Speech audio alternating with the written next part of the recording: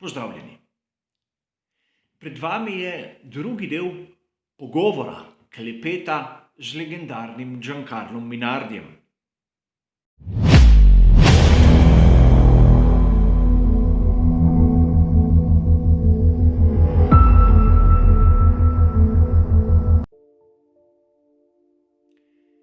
V tem drugem delu sva z Giancarlom Minardijem klepetala bolj o športnih temah vezanih na Formulo 1.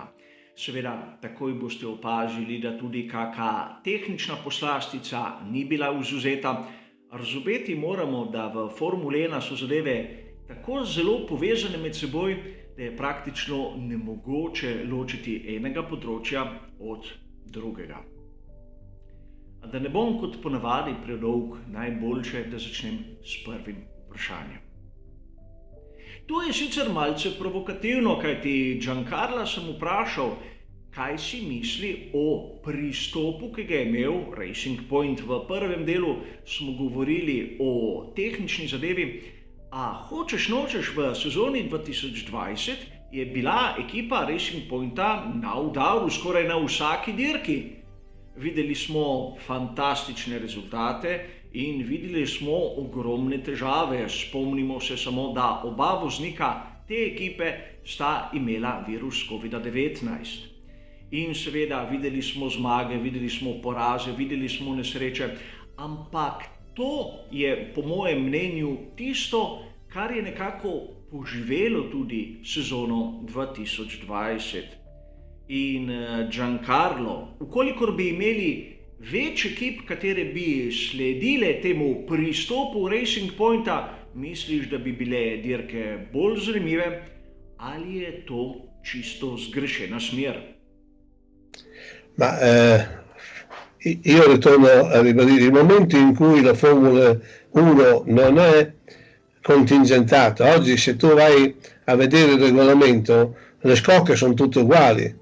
Cambierà il metodo di costruzione perché devono passare il famoso crash test, ma se prendi una scocca di carbonio non verniciata, ne metti 10 in fila, tu fai fatica a distinguere una scocca rispetto all'altra.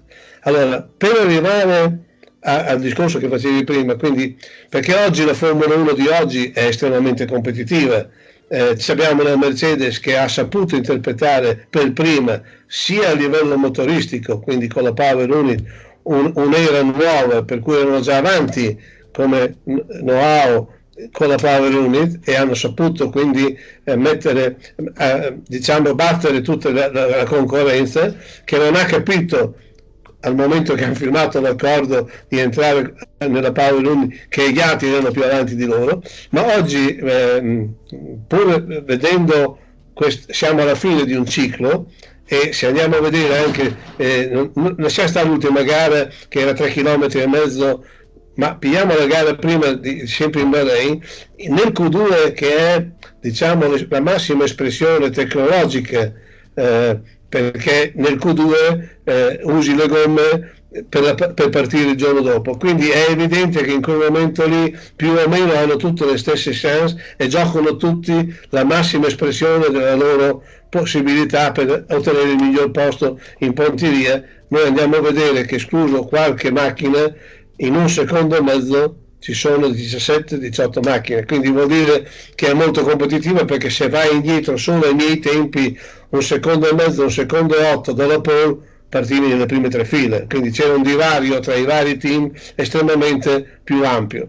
Ma detto questo, oggi il regolamento, chi interpreta il regolamento è avvantaggiato rispetto agli altri, perché il regolamento è talmente chiuso, è talmente limitato, è talmente non variabile, che è difficile. Noi abbiamo visto Ross Brown. La Brown aveva interpretato, anche perché lui aveva partecipato alla stesura del regolamento, un regolamento per cui ha vinto al primo anno il campionato del mondo, perché lui ha interpretato al 101% quello che peraltro lui aveva scritto, no? Quindi è uguale qui, è venuto un regolamento nuovo 6 anni fa, la Mercedes l'ha saputo interpretare, come è successo con la Ferrari a un certo periodo, la McLaren prima, la Williams dopo, la Red Bull dopo la Ferrari, e chi riesce a interpretare, quindi speriamo nel 2022 che ci sia un'interpretazione da parte della Ferrari corretta, quindi far da avversario alla Mercedes o agli altri team e vedere un campionato molto più combattuto. Ma a livello di prestazione questo è un gran campionato, perché ribadisco, sono tutti riattaccati, lo dimostra anche la gara l'ultima a Sakir, che è stata una bella gara su un circuito nuovo, su un circuito diverso, perché anche questo è importante, e quest'anno la maledizione del Covid ci ha dato la possibilità di vedere circuiti vecchi tornati nuovi, per cui hanno fatto la differenza in quello che è stata la prestazione dei piloti e lo spettacolo. Po mojih skromnih izračunih in seveda malce zaokroženo, je tovarniška ekipa Mercedes med sezono 2019 in 2020 bistveno izboljšala svoje čase.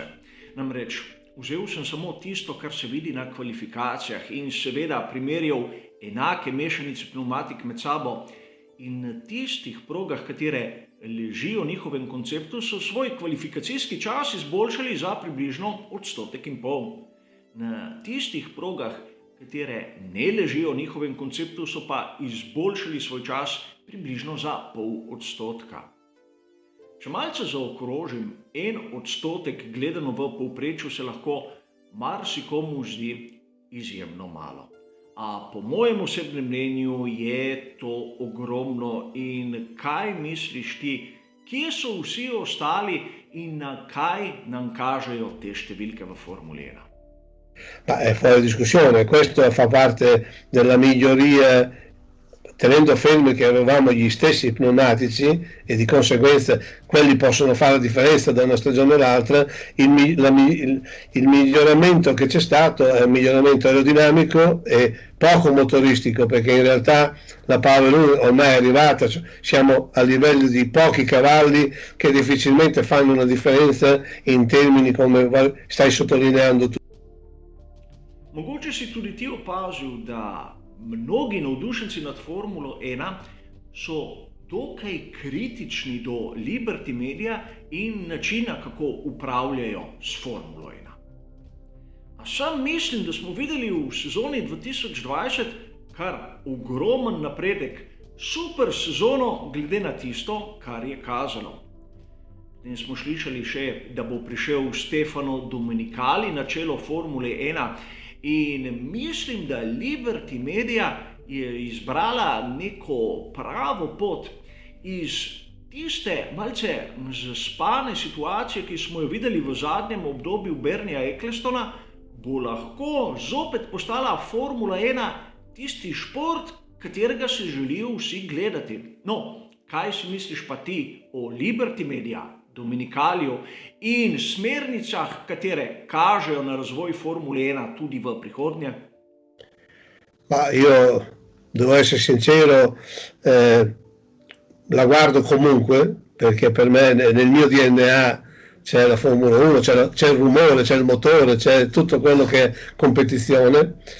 Devo dire che quest'anno hanno fatto un bel lavoro Liberty Media, e delle volte dei brutti momenti come abbiamo vissuto e stiamo vivendo col Covid-19 fanno ragionare e funzionare le idee, e vengono fuori delle cose non preventivate che creano ancora, diciamo, aspettative e migliori risultati.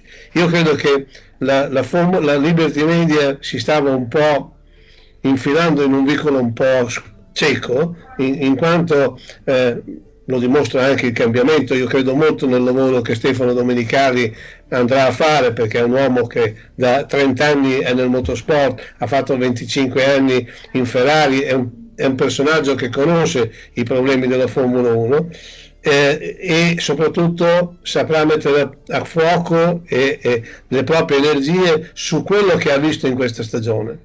E perché questa stagione è diventata importante, interessante, perché delle variabili non preventivabili e strade obbligate da percorrere per raggiungere i famosi 17 Gran Premi hanno fatto sì che probabilmente certi Gran Premi non si sarebbero mai fatti per una questione anche economica, e quindi hanno aperto delle opportunità che non sarà facile ripetere, ma però ti possono far pensare e lavorare verso quella direzione. Per cui diciamo che può essere criticabile, visto quello che è avvenuto dopo Bernie, perché Bernie ha fatto grande la Formula 1, Bernie ha fatto diventare importantissimo la Formula 1 e i base dei team in Formula 1. Questo non ce lo dobbiamo dimenticare. È chiaro che probabilmente stavamo andando verso a un cambiamento dove non è facile chi per 30-40 anni ha seguito un certo cliché, una certa filosofia, cambiare. Oggi è arrivato a Liberty Media, lo spettacolo, un vedere lo sport in un modo diverso, direi tra virgolette molto americano, quando oggi abbiamo visto che i migliori Gran Premi comunque sono stati quelli europei o quelli del vecchio continente, e questo deve far meditare, non deve essere né una critica né un'esaltazione, però quello che è stato fatto per necessità, perché sennò non si sarebbe mai potuto correre a Imola, non si sarebbe mai potuto correre a Portimao, non si sarebbe mai potuto correre a Hockenheim, cioè abbiamo visto dei Gran Premi che probabilmente, se ritorna il budget che occorre per andare a correre o per avere un Gran Premio, difficilmente si possono ripetere. Quindi abbiamo avuto una positività da una negatività che aveva creato il Covid.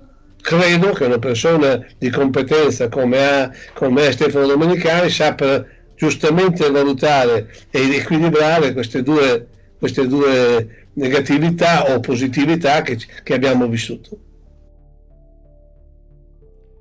Tudi tokrat smo prišli do konca tega kratkega klepeta z legendarnim Giancarlom Minardijem. A brez skrbi sledi seveda še nadaljevanje, še imamo zanimive teme. Upam, da ste uživali pri poslušanju vsaj tako kot jaz, ko sem ga spraševal v živo. Hvala za vašo pozornost in seveda nasvidenje.